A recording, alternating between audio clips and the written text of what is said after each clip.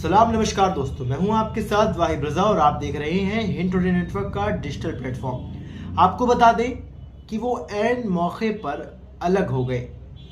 तेजस्वी यादव को फिर याद आई, चाचा की याद आई। क्या कुछ कहा उन्होंने आपको एक खबर के जरिए बताएंगे, लेकिन उससे पहले आपको बता दें कि जो वक्फ बिल है उसके खिलाफ भी तेजस्वी यादव और लालू प्रसाद यादव और आरजेडी खड़ी है। तमाम चीजें आप तक सामने करेंगे, लेकिन आपको बता दें कि उन्होंने एक टिप्पणी करते हुए कहा है कि विपक्ष मजबूत हो गया है, विपक्ष एकजुट हो गया है, इसलिए वक्फ बिल हम पास नहीं होने देंगे। क्या कुछ कहा है एक खबर के जरिए आपको बताते हैं, लेकिन और उसके पहले बता दूं कि विधानसभा में विपक्ष नेता तेजस्वी यादव ने कहा कि पहले अधिक मजबूत और संगठित विपक्ष ने वो वक्फ संशोधन बिल को पास नहीं होने दिया। उन्होंने कहा कि हम और ज्यादा मजबूत और ज्यादा संगठित हो गए। ये बात तेजस्वी यादव ने कहा। उसके बाद उन्होंने कहा कि मुख्यमंत्री नीतीश कुमार के चले जाने से नरेंद्र मोदी तीसरी बार प्रधानमंत्री बन गए। वे ऐन मौके पर विपक्ष गठबंधन से अलग हो गए। ये दुख जता रहे हैं या याद दिला रहे हैं, क्या कुछ कह रहे हैं आपको देखिए। राजनीतिक गलियारों में ये चर्चा हो रही है कि भतीजे को चाचा की याद आ रही है। भतीजे ने क्या कुछ कहा है वो आपको मैंने बताया। उन्होंने कहा है कि वो ऐन मौके के ऊपर चले गए भाजपा के साथ और नरेंद्र मोदी ने अपनी वापस तीसरी बार सरकार बना ली। भाजपा सरकार ने वापस सरकार बना ली।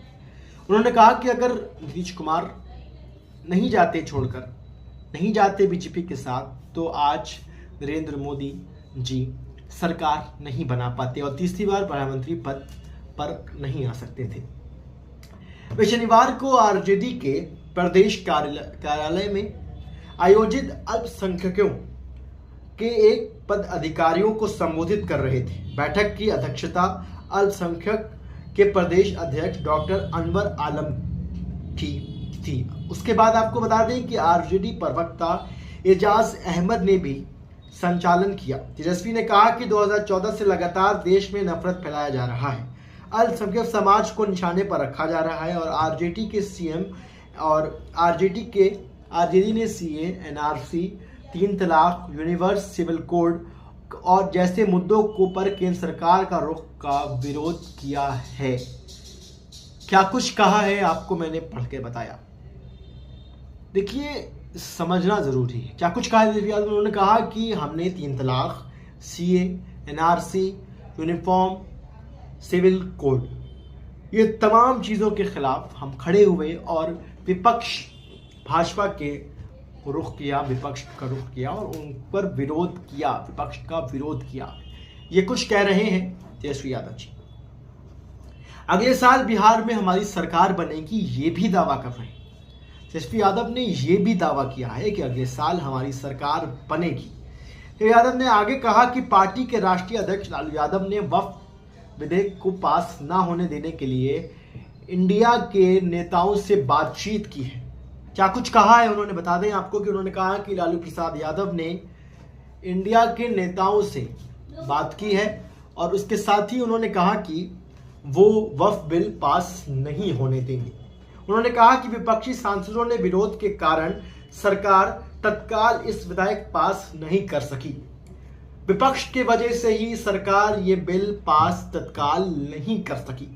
तत्काल मतलब इमरजेंसी में, अभी फौरन ही उन्होंने ये बिल पास नहीं की है क्योंकि विपक्ष ने विरोध जताया है। इसी के कारण विपक्ष मजबूत हो गया है, विपक्ष एकजुट हो गया था, इसी वजह से ये बिल पास नहीं हुई। ये तेजस्वी यादव ने बात कही। आगे बताएं आपको कि तेजस्वी यादव ने कहा कि अगले साल बिहार में हमारी सरकार बनेगी। आरजेडी के प्रदेश अध्यक्ष जगदन सिंह ने भी कहा कि माहौल खराब है पर कर राजनीतिक लाभ लेने वाली शक्तियों से देश में सक्रिय है, हम इनसे सावधान होना है। आपको बता दें कि उन्होंने बहुत बड़ी बात कही है। उन्होंने कहा है कि माहौल खराब कर राजनीतिक लाभ लेने वालों से हमको सक्रिय रहना है, हमें उससे सावधान रहना है। ये कुछ उन्होंने प्रदेश अध्यक्ष ने कहा।